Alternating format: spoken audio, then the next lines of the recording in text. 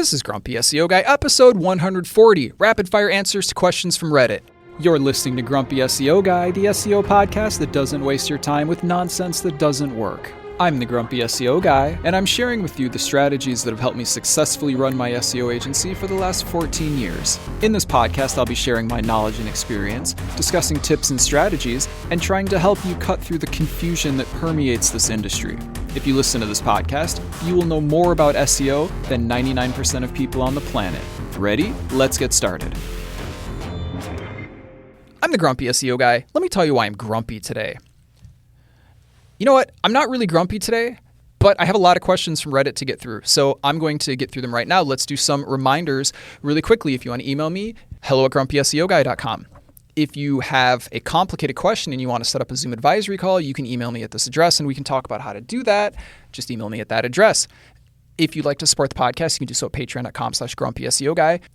If you have a question for the Grumpy SEO Guy community, you can post it at reddit.com/r/grumpyseoguy. And please subscribe to the podcast if you're listening to it and enjoying it. Okay, so I have a lot of questions here. I'm going to answer them very fast. And in some cases, there are other episodes that answer these questions in detail. So I will mention those episodes and put a link in the notes because otherwise some of these questions would probably take me 20 minutes to answer. But if we already have episodes that answer them, you should just listen to those episodes. So rather than making this episode be really long. But before we do that, my lawyer tells me that I have to say this right now. A quick disclaimer before we get started. Everything I say here is based on my experience and opinion from 14 years in the industry. I don't officially know how Google or any other search engines work. Everything I say here is hypothetical and based on my experience. This podcast does not constitute advice or services. What worked for me may or may not work for you. Okay, back to the show. Let's get started. First question. I've been wondering this for a while, but how much, if any, traffic should your private blog portfolio have to work the best? Okay. This has been a topic recently. A lot of people are like, authoritative websites only work if they have a lot of traffic. Okay, look, here's the thing. First of all, we haven't found that to be true. So I'm just gonna leave that out there. And here's my other comment on this. Last time I checked, I think only like 50% of the websites on the internet are using analytics, okay? So if you're not using analytics, how do the search engines know how much traffic you're even getting in the first place, right? Now, the argument could be made that they could figure it out based on SERP position and monthly search volume, but that's only if you're ranking for certain keywords anyway, so it's not a big deal. That's my answer. Next question. Why haven't you talked much about topical authority? Is it a hoax that we should ignore? I have actually talked about topical authority. In fact, I have 2 episodes that talk about topical authority. Listen to episode 132, which is called SEO Topical Authority, Content Structure, and Cannibalization. And listen to episode 30, which is called What is the Difference Between Topical Authority, Relevancy, and Authority? I think those will answer your question. Next question. I see posts from people saying that if you have a good topical map that could bring in traffic without backlinks. Recently, I saw someone say the same about their local coffee place and how they got 7,000 clicks without links. Okay, so first comment is it sounds like this is local SEO, which has different rules and guidelines. So I'm not saying it's impossible to rank in local SEO without backlinks, but the local ranking factors are different than normal SEO. So it might be possible. And I don't know. Listen, we have an episode called, we have an episode that talks about local SEO. It's episode 128 and it's called Local SEO versus Regular SEO. I would encourage you to listen to that episode. And the second thing I want to say is just because somebody tells you a thing doesn't mean it's true. Like, look at all the people who say they can rank with just like website layout and, really good content. Like, that's not the way you rank. So just because somebody mentions something doesn't mean it's true. Okay, next question. Hi, Grumpy SEO Guy. First of all, thank you for everything you share and taking the time to record podcasts and answer questions. I hope the community keeps growing and brings you joy. Thank you. Question.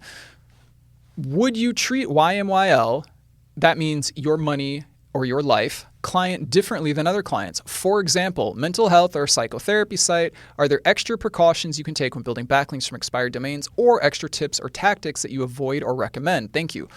No, just don't have them be spammy.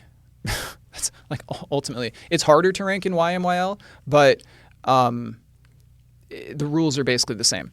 So, all right, next question. Have you ever seen Google penalize a site for having paid links?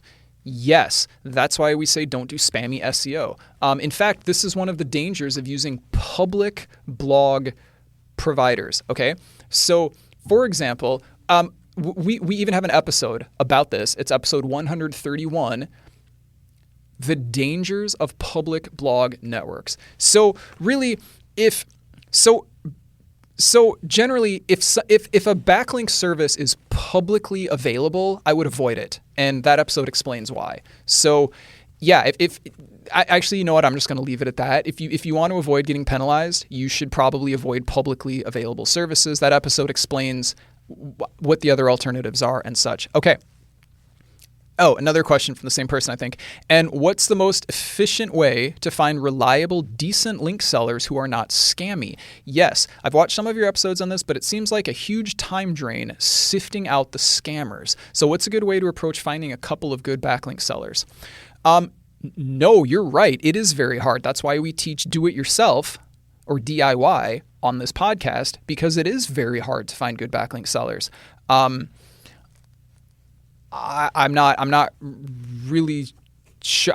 We don't make recommendations for many reasons that I've talked about before. And it's supposed to be hard to find a good backlink provider because most of them are not good. So if you're having trouble, that makes perfect sense. You're probably doing it the right way. All right, next question. You bought 2 expired domains and built 2 good blogs. How do you know one is working? How to know the other isn't? Can you tell because new keyword rankings for the blogs are low rank, or because all the old backlinks are missing inside Google Search Console carefully segregated GSC registrations? Or just wait, how do you diagnose my domain ain't working? Now, if you bought 2 domains, okay, let me put it like this. And we just talked about this on a recent episode. You can't tell which of your domains is making the biggest difference because when you get many links, they're all helping, okay? So if you're buying a bunch of domains and individually trying to figure out which one is the most beneficial, that's not going to work. You're going to drive yourself mad because there's too many other conditions that you're going to have to apply to figure that out. It's kind of like if you buy if you buy a pack of candy, right? Like a bunch of little pieces of candy, and you're eating it, and you're like, well, which one of these pieces is making me full? Well, you're eating a lot of them. They're all helping. When we build backlinks to somebody, it's all of our sites together that are promoting them. I don't know which sites of ours are more powerful or less powerful. I mean, I could estimate maybe based on like the attributes of the site, but ultimately, I think you're thinking about it wrong, right? Like when you start building a lot of backlinks, they're going to help. And it doesn't matter which individual backlink is doing the most work because they're all helping. Okay, I hope that answers your question. Next question from the same person, I think. Does Google reset all the domain authority if parked for 3 years? Darn, I was excited when I saw the clean history, or maybe I missed a short stint with that with somebody else putting gaming content on it. Can good, new, very topic-aligned content resuscitate the old backlinks in Google's eyes? Would I ever know? I don't know if there's a time limit and then Google stops paying attention to the domains or not. Probably pick ones that haven't been parked for that long, but it probably also doesn't matter that much. I honestly don't know, so that's why I'm answering it like that. Ultimately, is there a rule of thumb, and this is the next part of that question. Ultimately, is there a rule of thumb, e.g. after about a year of the original content missing, Google has reset all the authority and backlinks, authority is never coming back, or the converse, everything is redeemable, and you know it's back when those old links reappear in Google Search Console? Okay. Again, I don't know.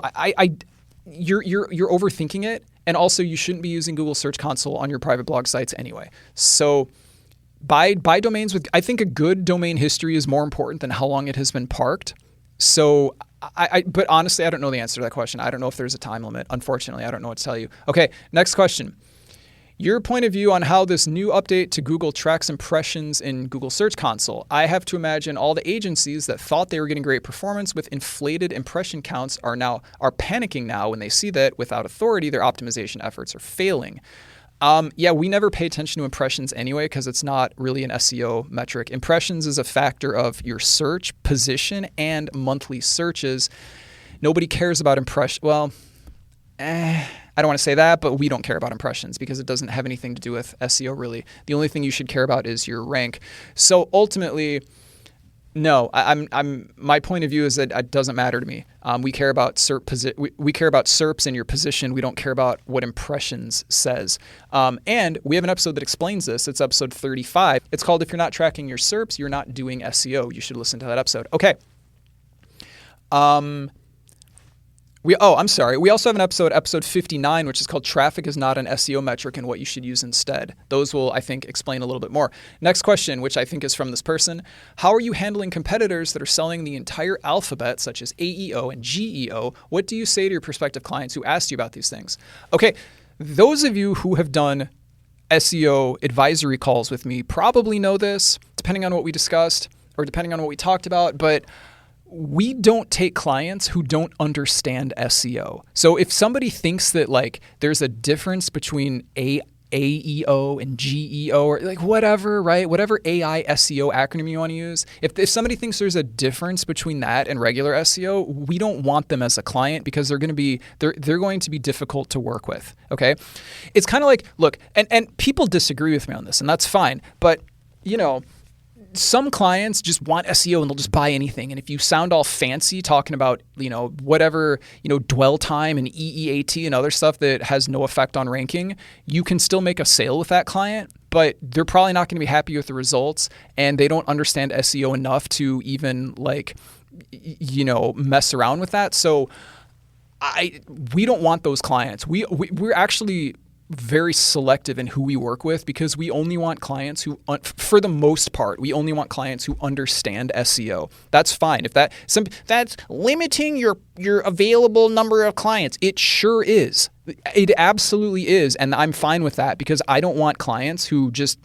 It's a long story. This is trying to keep the answer short. So the answer to your question is I'm not bothered at all by that. Like they're more than welcome to work with the agencies that are like, oh yeah, we're going to do AI SEO for you, blah blah blah. Because in 3 or 6 months they're going to fire that agency anyway for not doing anything. So anyways, by the way, if you're curious about this, episode 115 is called SEO, AI, and LLMS.text, Part 1 probably. This explains why there's no such thing as AI SEO, why AI SEO is exactly the same as regular SEO, and why, for example, LLMS.text isn't necessary and doesn't have any benefit whatsoever. Hope that answers your question.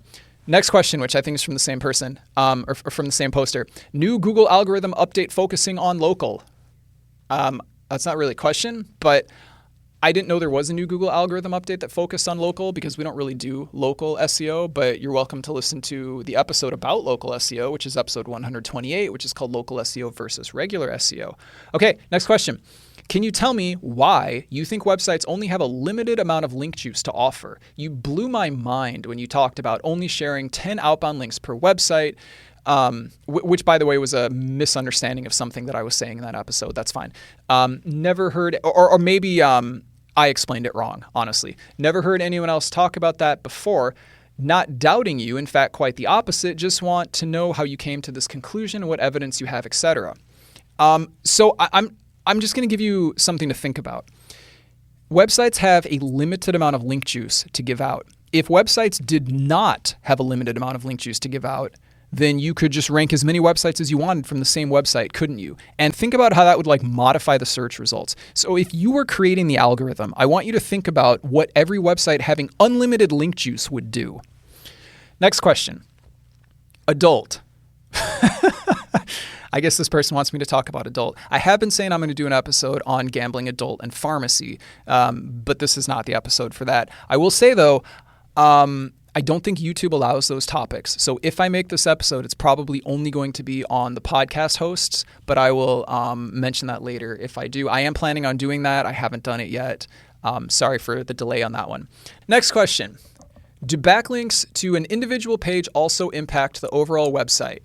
Yes. Remember, backlinks provide or share link juice, okay? So anytime there's a backlink, it is sharing link juice. So if you backlink to a certain page on your site and then that page on your site has a link to, for example, another page on your site or the home page, it is sharing some of that link juice. So yes, it does impact your overall website. Next question. When you say links from anchor text in the podcast, I think you should then do a 2-sentence definition every time. Some people don't know what that means, including me. What is it? It seems fundamental to what you're advocating. Sure. So anchor text is the words of a backlink. So if a link is text, right, there are words in the link that you can click on. Those are the anchor text. Okay. So you've got text.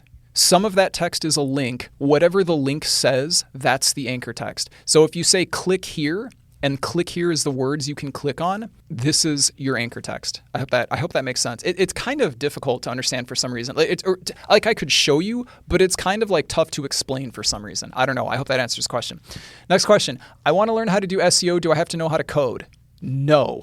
Next question. I recently bought an expired domain. I can see in Google Analytics that I'm getting visitors to non-existing pages. Is there anything I can do to keep this traffic? Yes. You want to install a plugin that will redirect any 404 page to the homepage or to the page that you want it to go to. Next question. Maybe you can mention which backlink metrics seem to be most important in your experience, like what factors move the needle the most: relevant anchor text, referring domains, authority, niche relevancy, etc. That's assuming some stand out more than others.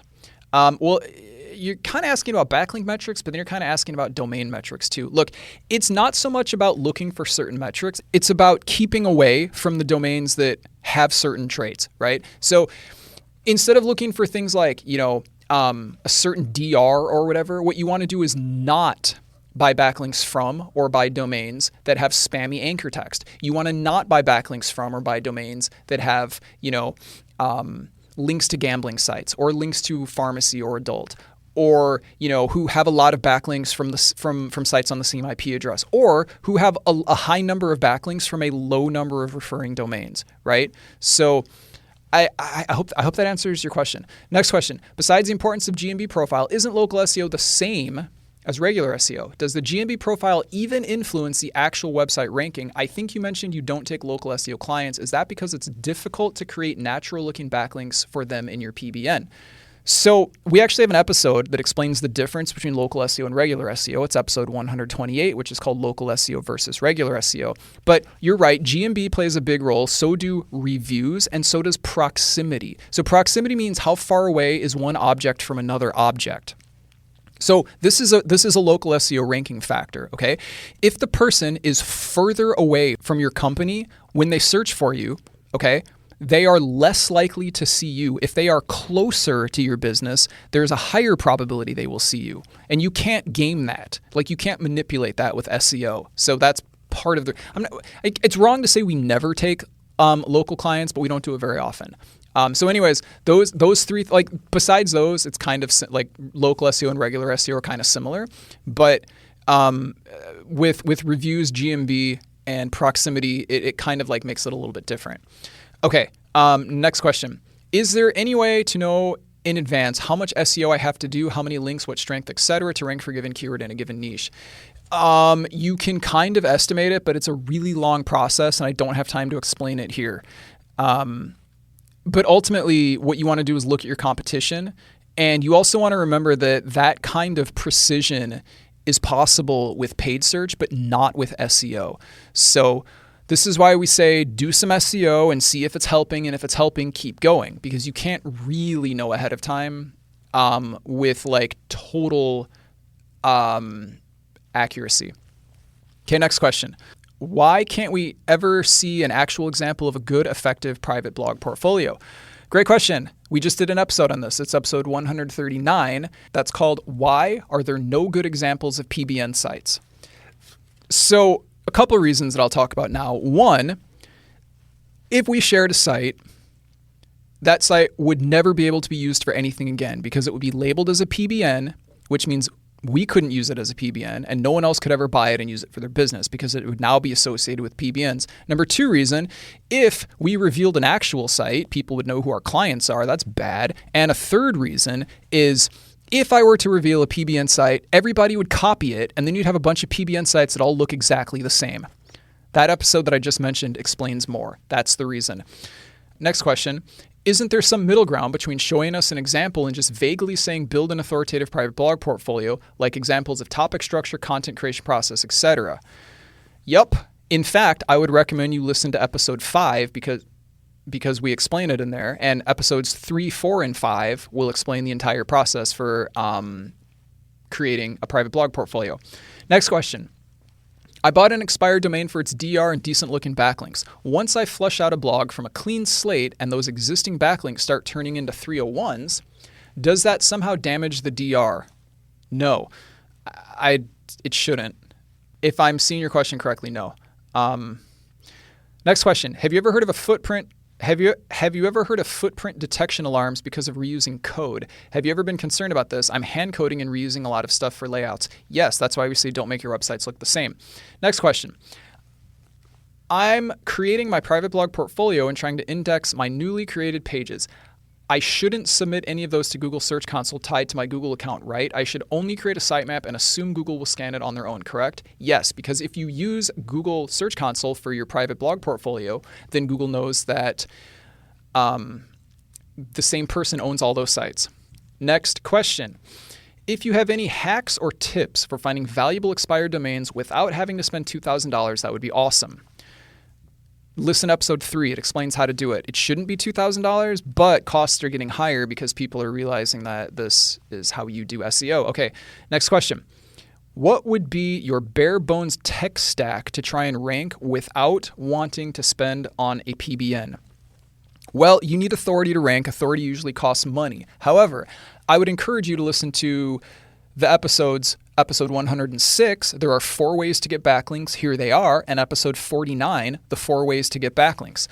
Because if you don't want to purchase PBN links, your options are doing free backlink acquisition processes, such as guest posting and link outreach. The episodes that I just mentioned describe those. Next question. Keyword research for money sites. That's more of a topic than a question.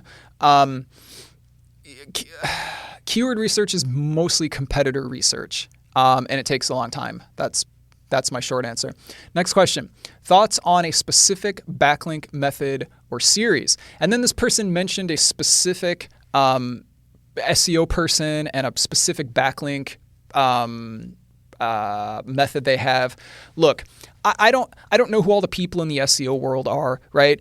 We teach how to rank. If the protocol that somebody is teaching fits what we're describing, it probably works. If it doesn't, it probably doesn't. So if they're talking about, dwell time and EEAT, a really good content or something, it probably doesn't work. If they're talking about gaining relevancy and authority, it probably does work. Next question. How to evaluate other people's SEO methods and services? Exactly the same question. If it fits what we're talking about, it's probably good. If they're just making stuff up, it's probably not good. Next question. How to interpret traffic drops versus SEO problems? Great question. For traffic dropping, I would listen to episodes 89, which is called Why Your Website's SEO Position is Dropping Part 1, and episode 90, which is called Why Your Website's SEO Position is Dropping Part 2, okay? And for traffic, I would listen to episode 59, which is called Traffic is Not an SEO Metric and What You Should Use Instead, okay?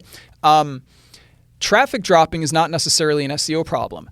If your position is declining, that is an SEO problem. If your traffic is dropping, your position might not be dropping, you don't have an SEO problem. Next question. How to track results properly in SEO? Search engine results pages, SERPs. That's how you track it. Listen to episode 35. We've already talked about that.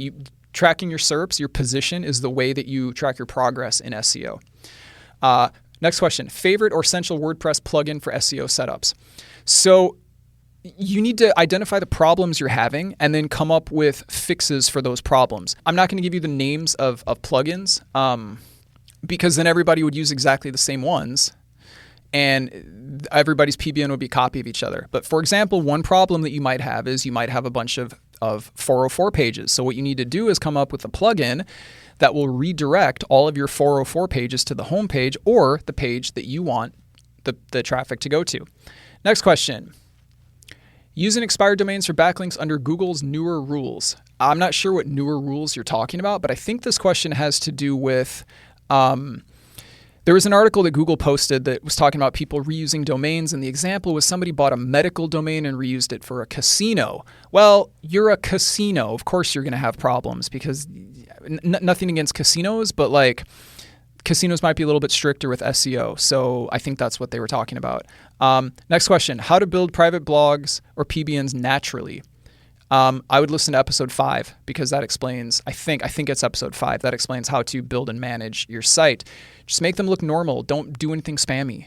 Episode 139. Never mind. Anyways, next question, choosing between many weaker domains versus fewer stronger ones. I think this person was asking, if you have a certain amount of money and you have to pick between a bunch of weaker domains or a couple higher authority domains, which ones should you pick? I would probably pick the lower authority domains because then you get more domains, more variety, more IP addresses if you're hosting it correctly. And if you mess up, you didn't ruin an expensive domain. Next question, recovering from algorithm or content quality updates using new domains. I don't think there's any such thing as a content quality update because quality of content is not a ranking factor. So this question probably had to do with somebody who thought helpful content update had to do with how good your blog posts were. If you got hit by an update, it's probably because you did something spammy or you have some on-page errors. It's probably not because you don't have good quality content. Next question, whether a well-known SEO marketplace forum is legit and how to treat one-time backlink offers. Look, a lot of SEO services are a little bit suspicious. I'd probably make sure, for example, if you're buying backlinks, that they meet the criteria in episodes 37 and 39, which is the difference between good backlinks and bad backlinks, and the difference between good backlinks and bad backlinks part 2.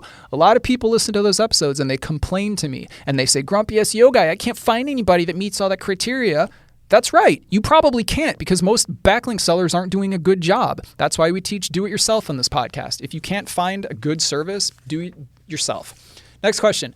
I forgot the second half of that question. Sorry. And how to treat one-time backlink offers. I think they mean one-time payment. One-time payment backlinks are always a scam. We have an episode on this. The economic model is not feasible to sell a backlink one time and make money. It doesn't work, so no one's going to do it. We have an episode on this.